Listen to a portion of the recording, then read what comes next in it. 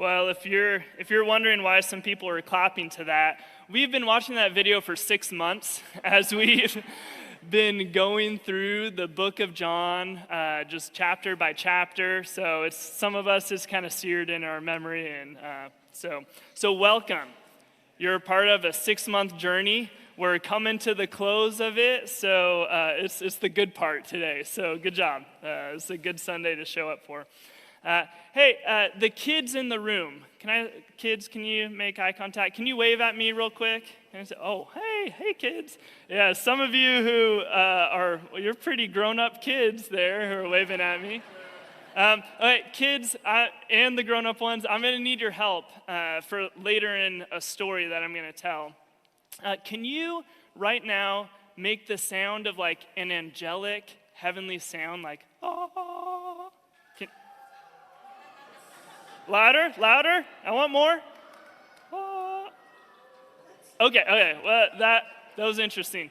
You're going to get another chance, but just, hey, kids, you tracking with me? When I say, get ready to give me that angelic sound, okay? Approval? Okay, got it. Adults, you might need to help. When I first graduated from college, I moved to Kansas City to study seminary, and while I was there, I started to intern at a church under a youth pastor. And this youth pastor, his name was Jake Edwards, and Jake, how do I describe Jake? Jake is high energy, charismatic. He's just a ball of passion, kind of impulsive. Like, you never know what was going to happen with Jake. He was a high school pastor. And he served really closely with a middle school pastor. Her name was Mallory. And Mallory was like the opposite of Jake. She was pretty even keel. She was calm, cool, collected. She was organized. She was a rule follower. And she helped other people follow the rules. You can see the way that from the two of them together, such good balance. Also, some friction there, okay? So Jake and Mallory.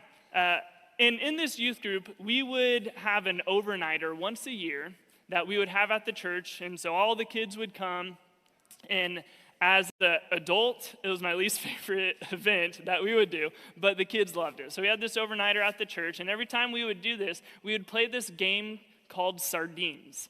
If you're not familiar, woo, yay. If you're not familiar, Sardines is like reverse hide and go seek. So, hide and go seek, one person hides, everyone else counts and goes find them. It's reverse like that. So, no, I mixed it up. Okay, hide and go seek is everyone goes hide, there's one person counting and seeking. Sardines is reverse. So there's just one or a few people hiding, and everyone else counts. And then if you find the person who's hiding, you hide with them, and then you pack in like sardines. Okay. So we were playing this game, Sardines, and before we played it, Mallory, the rule follower, laid out all the boundaries and limitations, and where you could go in the church and where you could not go.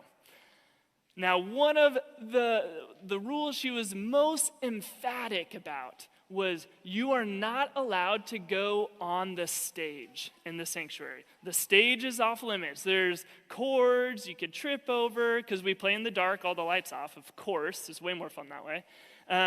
And there's equipment stuff, so do not go on the stage. She said it, I don't know how many times. And we're like, okay, we get it, Mallory. So we're playing the game.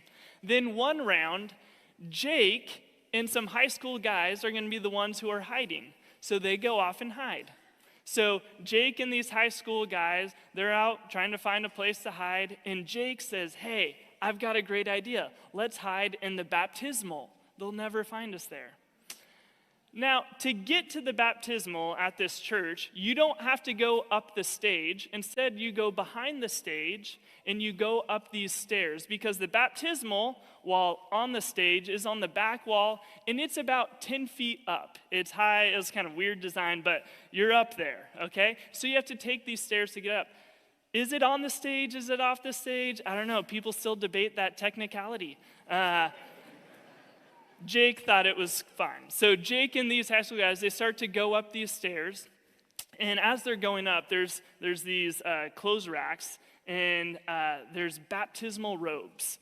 Just the white flowing robes. You kind of look kind of angelic-like.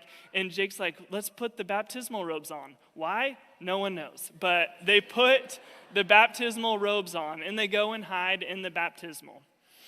So the rest of us, we're out searching the dark church and all the nooks and crannies of the church. We cannot find them. And it gets to that point in the game where no one's having fun anymore. We're like, where are they? We've checked all the places you're allowed to hide in, and we can't find them. Eventually, a bunch of us we form into a mob, and we go into the sanctuary, and we think, maybe under the pews. There's all these pews. We're looking under the pews in the sanctuary. And it's at this point we begin to hear some snickering, muffled laughter, coming from the direction of the stage. Mallory also happened to be in the room. And Mallory, in her most enforcer, aggravated voice, yells out, "What are you doing on the stage? Get off of there!" And it's right before she says that I look at the stage and notice the outline on the lip of the baptismal, a shape in white. Yeah, okay. And so as Mallory yells out, "Get off the stage!" this shape in white begins to roll. And does the shape in white roll into the baptismal? No. Out of fear and shock and terror, the shape rolls out of the baptismal, 10 feet above the stage. And so at this point, all the witnesses in the room, we watch this fallen angel. Kids, can you give me the, this fallen angel of Jake falling, plummeting 10 feet to the stage. Oh, man. It was epic. And was Mallory empathetic towards Jake's hurt shoulder and back? Not one bit. Not one bit. That story has become legendary. Like, were you there in the room when you saw Jake, the fallen angel from the baptismal? Oh, man. We would talk about it forever. There's certain things, certain events that we witness that just become seared in the brain. And you're like, I'm just going to replay that one over and over and over. There's other memorable things, maybe some things that you've experienced that you're like, wow, that's just going to stick in the brain. Maybe you've seen on a picture-perfect evening a shooting star going across the night sky. Maybe you've seen an orange cat stuck in your tree one morning that would one day become part of your family. That's just maybe someone's experienced that before. Maybe you remember watching a toddler take their very first wobbly steps. Or maybe you remember catching that first glimpse in March of a line forming in front of the dairy hut and they're back open for the season. It just sticks. It's a happy moment. So often the things that we witness and see, they're unexpected, often not by our own choice. As an example, I'm sure Jake would not have chosen for Mallory to be one of the witnesses of him in the baptismal. The Easter story that's recorded in John's gospel that we'll be in, it's a story about a witness that's not accidental, but very, very intentionally chosen by God. It's the story of Mary of Magdala, who is the very first person to witness the resurrected Jesus. 2 questions we're going to be diving into. The first one is, why Mary? Why did God choose Mary Magdalene to first witness his resurrection?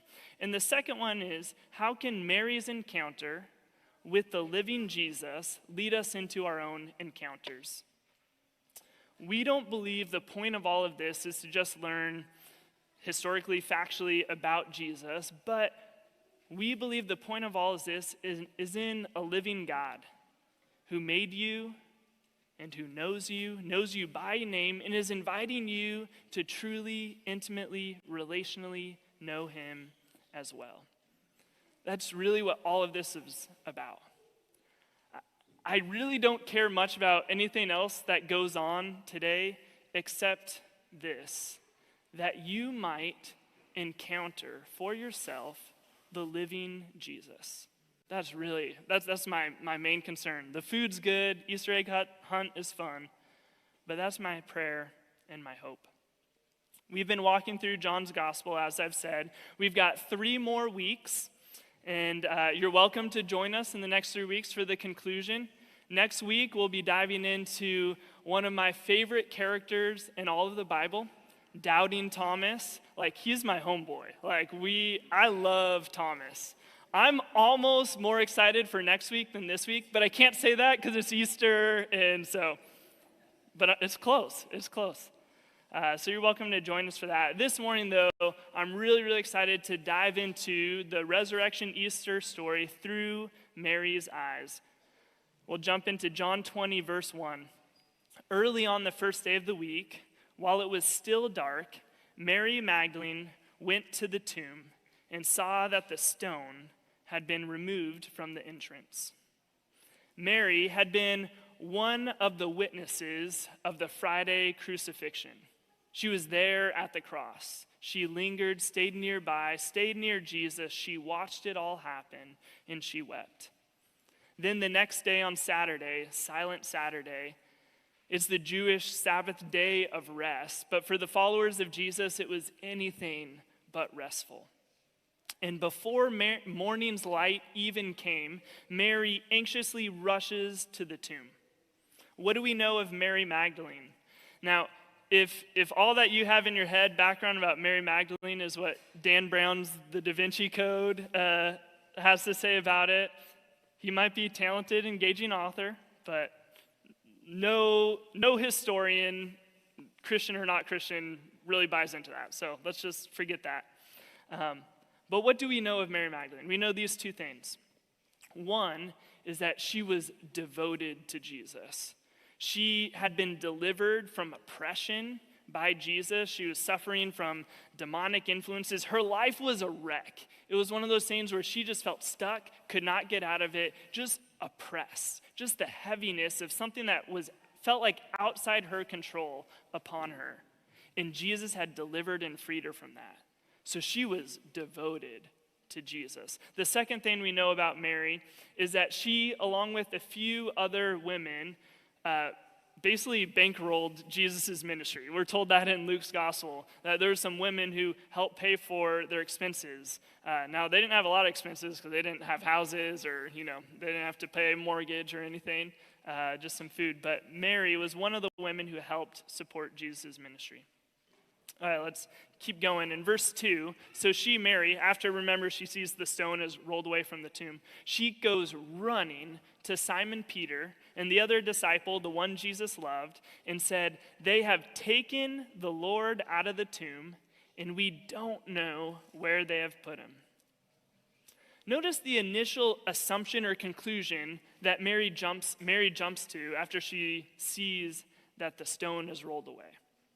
Her initial assumption was that grave robbers had stolen the body, or maybe the Roman authorities came in and were like, "Hey, we just crucified this guy. He shouldn't have this nice tomb. Give him a criminal's burial." Mary jumps to someone has taken the body. Note that it's clear throughout all 4 gospel accounts that resurrection was not on people's minds. It's not what they were expecting to see.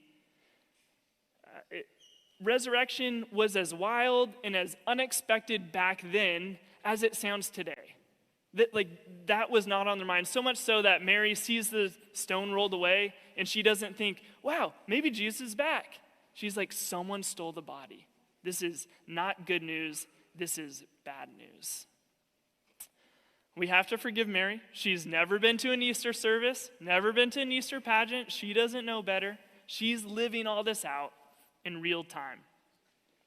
The next scene is no longer through Mary's eyes. It jumps over to John and Peter. The other disciple, the one whom Jesus loved, is most likely John, who wrote the gospel. He never says his own name. He gives himself a code name, which is the disciple whom Jesus loved. He knew, Jesus loves me, this I know. It was in him. So that's how he describes himself.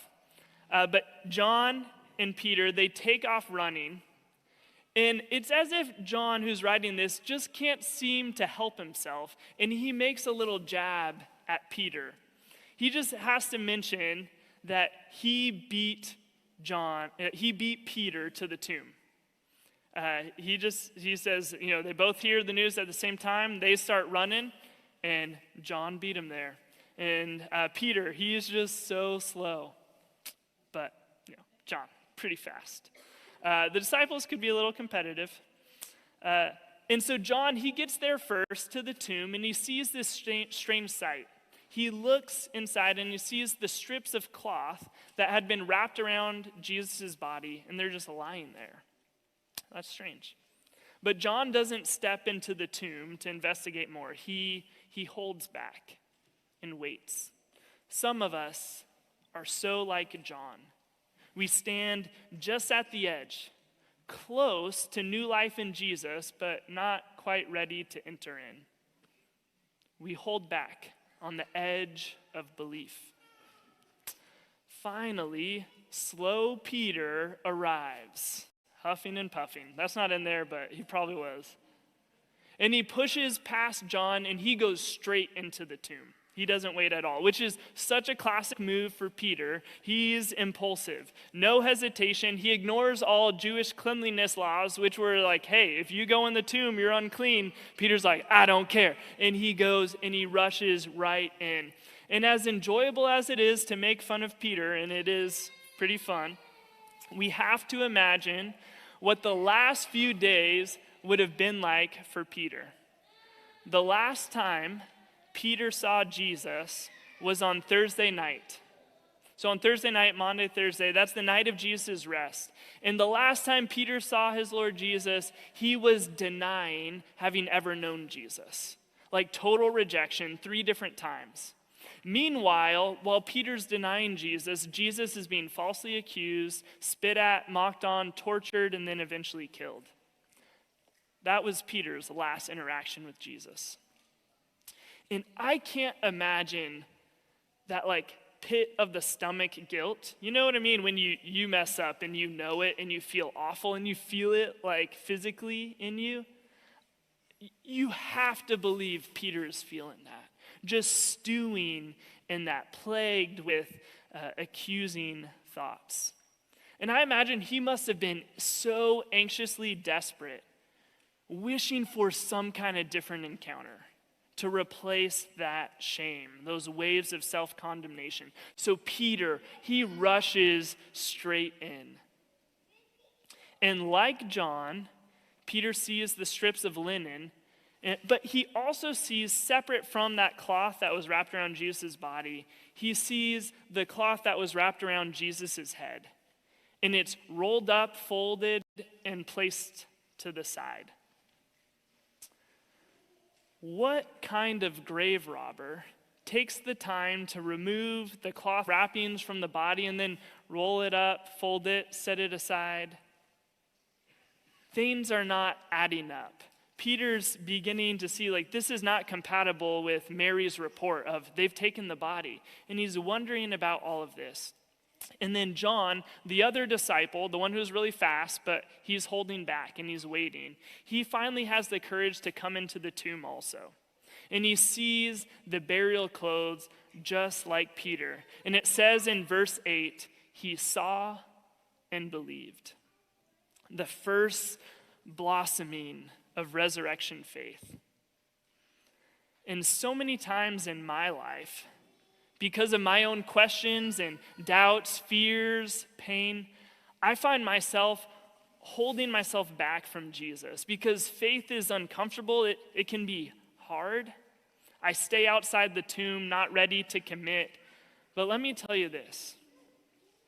When God gives me the courage to take genuine steps of faith, I never, ever regret those steps. It's always worth it. So John moves in faith, and he sees the folded up burial cloths of Jesus, and he begins to believe that maybe crucifixion is not the end of Jesus' story. So these two disciples with minds and hearts just reeling, they return to the house that they were staying in, pondering all of this. Mary, however, remains. She stays close to the tomb. She continues to mourn. She hasn't looked in the tomb yet, and apparently Peter and John didn't think to tell Mary what they saw in the tomb. So she's there, she doesn't know. Verse 11, now Mary stood outside the tomb crying. As she wept, she bent over to look into the tomb, and she saw two angels in white seated where Jesus' body had been, one at the head and the other at the foot. Mary still weeps. She has deep grief. She still believes that the body of Jesus was taken away. I wonder if Mary, in all her grief, remembering the tragedy of Good Friday, I wonder if she was worried about her past rising back up again now that Jesus was gone. You know, Jesus freed her from, a dark, dark place. You gotta believe she'd be worrying about, oh no, don't let me slide back into that. Like she is desperate. She is mourning and crying. The empty tomb, it doesn't mean hope for her. But she looks in the tomb. Instead of seeing what Peter and John saw, there's two angels there. And this is interesting because repeatedly throughout Scripture, the appearance of angels, now it's not like our popular mindset of like wings and halos and, hey kids, can you give me a, ah? I don't think that happens. It's not recorded. Maybe, I don't know, who knows? But usually the response to seeing an angel, it's like they see people, bright clothing, something's just different. And the usual response is fear. Like, people kind of freak out. They're like, what in the world? Like, they don't know what to place their experience. They don't have words. And so sometimes they like fall down or they start shaking or they start freaking out. But that's not what Mary does. Usually the angels have to say to them, hey, don't be afraid. That's usually the first words out of angels' mouths. Because they're like, you're not going to listen to anything I'm about to tell you that God wants you to hear because you're freaking out. So don't be afraid. But Mary, that's not her reaction. So instead, they're able to immediately enter into Mary's experience. They speak to the heart, compassionately asking her in verse 13. They say, woman, why are you crying? They have taken my Lord away, she said, and I don't know where they have put him. Still, Mary is so focused on the loss of Jesus. And what Mary does not yet realize is that Jesus' absence from the tomb is a reason for joy and not for tears. But she just doesn't know it yet. Mary's reply is sadly so familiar. She still has the same conclusion she's clinging to. They've taken away my Lord. I don't know where they've laid him. Empty tomb, angels, yet nothing has changed for her. She's still clinging to her grief, her hopelessness, holding on to this story, this narrative in her head of it's over. This is bad, bad news. We can't blame her, and neither does God. God instead chooses her. The first person to lay eyes on the resurrected Jesus is not Peter, not even the disciple whom Jesus loved. God chooses Mary for the honor of being the first witness. She does not yet know her beloved Jesus is alive, and so she weeps. She doesn't yet know the victory that's won for her, so she cries. She does not yet know the hope to be fulfilled, and so she grieves. The empty tomb is good news, but she does not yet know. And I think for some of us, that is where we are. Some of you are like, I get that. I get the grief, I get the crying, I get that feeling of just like darkness of, I don't know how to get out of this. And you do not yet know. And I think this is the Christian hope. For those who follow Jesus, this is our hope. If it was true for Mary that her pain, her confusion, her empty tomb grief would be eventually turned to joy, then maybe that could be true for us also. Because of Jesus, we get to experience first fruits of redemption in this life, and ultimate redemption in the life to come in Jesus. But we live in the limbo state like Mary. We do not yet know. But pain, death, grief, defeat was not the end for Mary because it was not the end for Jesus. Verse 14. At this, Mary turned around and saw Jesus standing there. But she did not yet realize that it was Jesus. Oh, we're so close. Come on, Mary. He asked her, "Woman, why are you crying? Who is it you are looking for?" Guys, I need to give a word of advice right here. I know the angel said it and Jesus said it, but please don't repeat the words, "Woman, why are you crying?" It's just not going to work out well for you. I just trust me on this, okay? You might be thinking, just don't, trust me. Back then, woman, it was like dear, it just doesn't carry the derision it sounds for us right now, okay? So guys, just don't try it. Jesus said it to his own mama while he was being crucified. It says woman. It's a nice thing to say back then, but just don't do it now. All right. Mary, while she's looking into the tomb, she seems to sense that there's someone behind her. You know that sixth sense you kind of feel, where it's like, is someone behind me? Like, it's kind of like that. She senses, no one tells her, but she just senses someone's behind her. So she whips around and turns around, and she sees Jesus, and for some reason doesn't recognize him. This last Monday, I spent all day at River Road Coffee House, working through this passage, trying to let it work on me as well. So I'm sitting there by the window. I've got my Bible, journal, laptop, vanilla latte. It was very nice.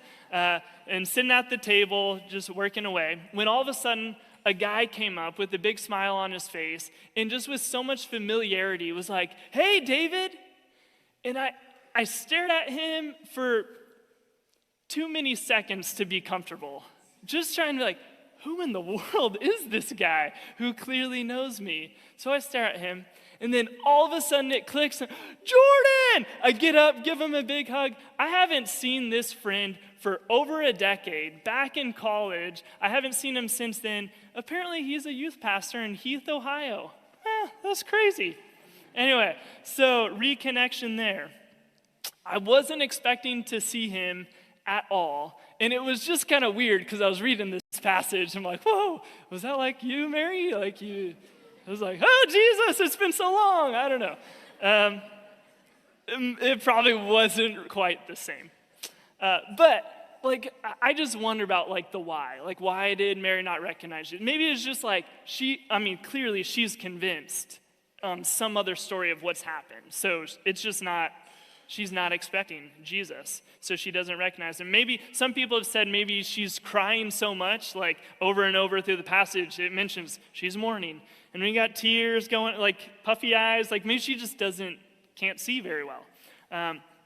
Maybe it's that God just kind of kept her from seeing, kept a, spiritual veil over her eyes for like a dramatic reveal. God does that? I don't know, maybe, we really don't know.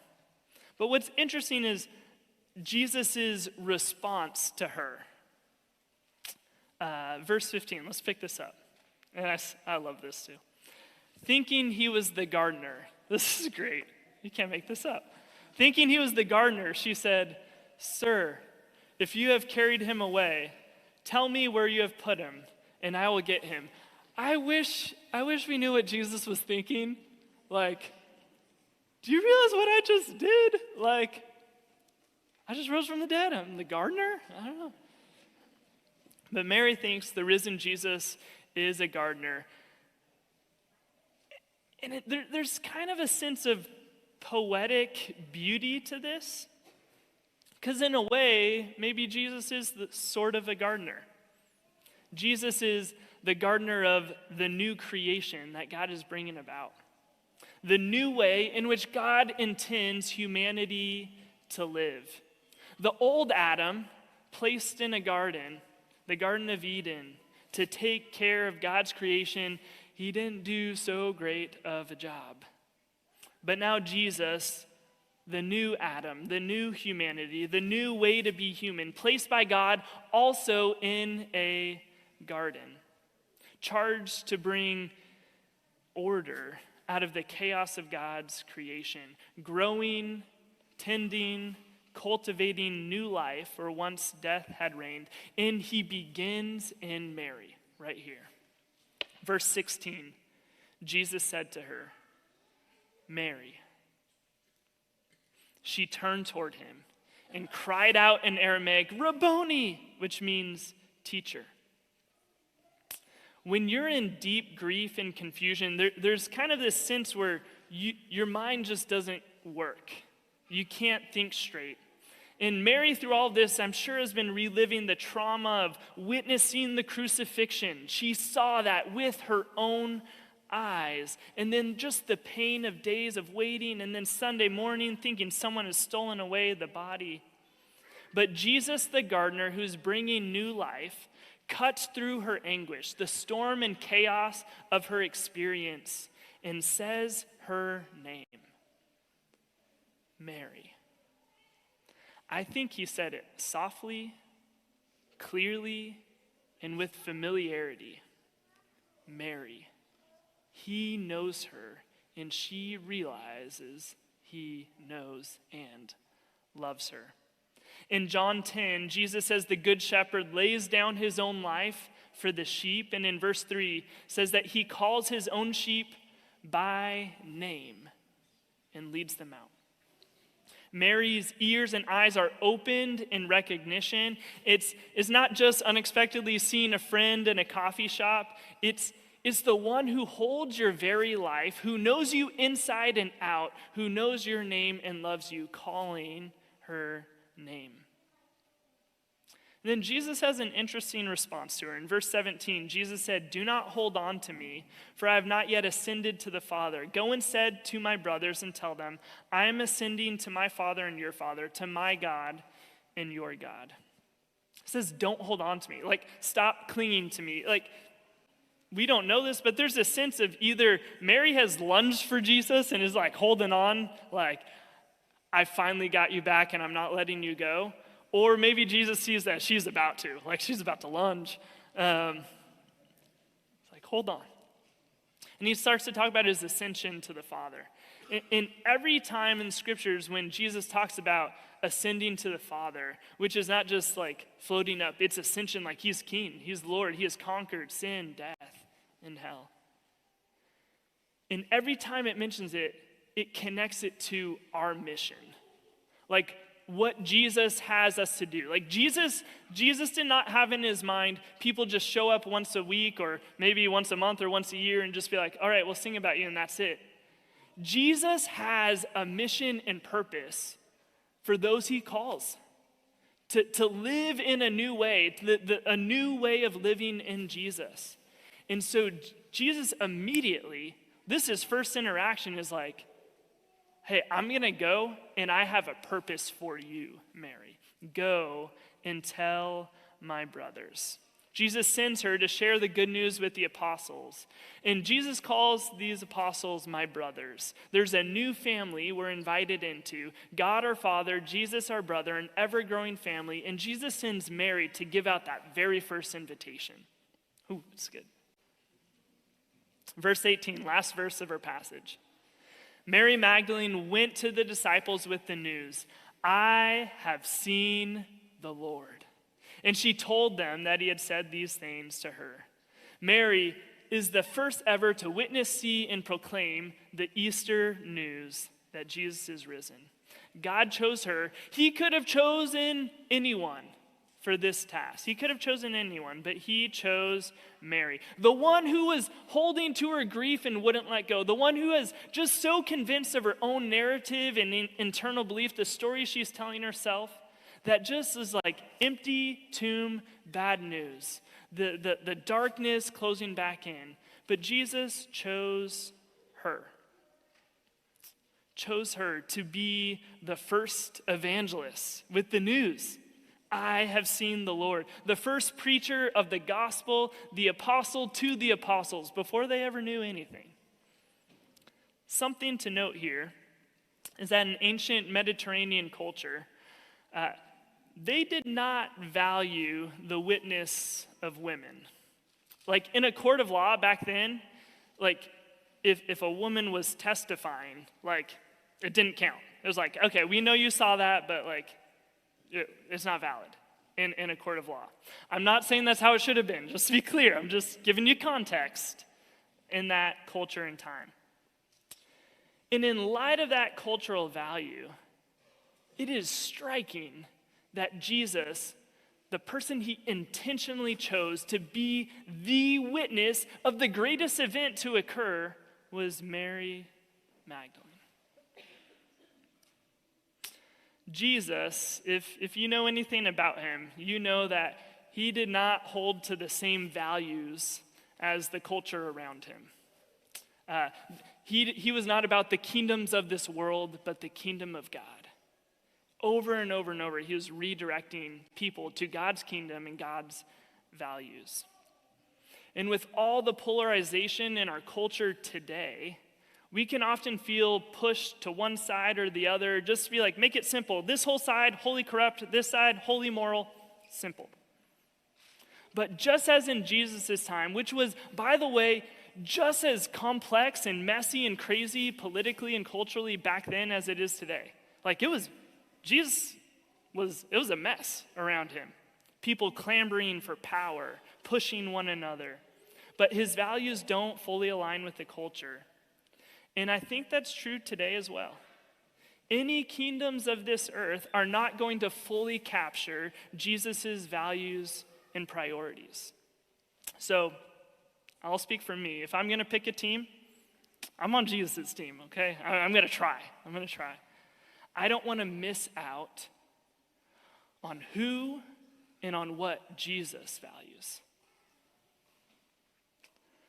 In God's family, Jesus sets the tone. And although the culture around were probably like, seriously, Mary? And maybe even the disciples who are recording the event are like, I don't know why, but Jesus chose Mary, and we'll tell you what happened. Like, God needs a new PR agent. Like, he could have done better. Someone more effective. Like, how about Pilate? Pilate just condemned him to death. Like, that would have made an impact if Jesus' first appearance would have been to Pilate. But it wasn't to Pilate. It wasn't even Peter and John. I mean, they were there at the tomb. Jesus could have done it easily. They were there. They were in the tomb. But Jesus waited. And he revealed himself first to Mary. Why Mary? I don't know really. But I think it's her devotion. It was her love. She stayed close. Even in the horrors of the crucifixion, she stayed near. The second she was allowed to get to the tomb, before morning's light had even dawned, she was there. She went to the tomb. She's chosen not for being the smartest, not for being the most qualified, not for being the most effective, not for being the most strategic choice. She was chosen because she was faithful and she loved Jesus. God really doesn't care too much about our qualifications. He cares about our heart. He's not as worried about our past of is it messy? God doesn't care. Because he calls us into something new. All of us into something new. Mary's gospel message to the disciples it wasn't in the third person, he has risen. It was in the first person. I have seen the Lord. It wasn't a 30-point sermon, it was a testimony. So how can Mary's encounter lead us to our own with Jesus? I think like Mary, you are personally called by Jesus. He died for you, and he calls and knows your name. Not in the same way as Mary, in the same style and how it came about, but I know that I've heard God calling my name. It has written my heart and story, like without a doubt. And not just once, but I feel like the next time, over and over and over, he continues to call me, frankly, because I need it. I need the Lord to call me over and over and over and over again, but he does that. And when you know and believe that God is calling you, that he knows you and loves you so, so deeply, something starts to get embedded in your heart that you don't just by nature have, and that's that you matter to the creator of the universe.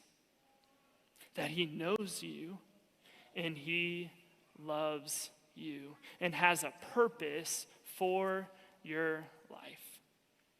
So that's my prayer this morning. That it's not about our words, our songs, the things we do, but that you hear God's voice calling you. I have seen the Lord. Amen.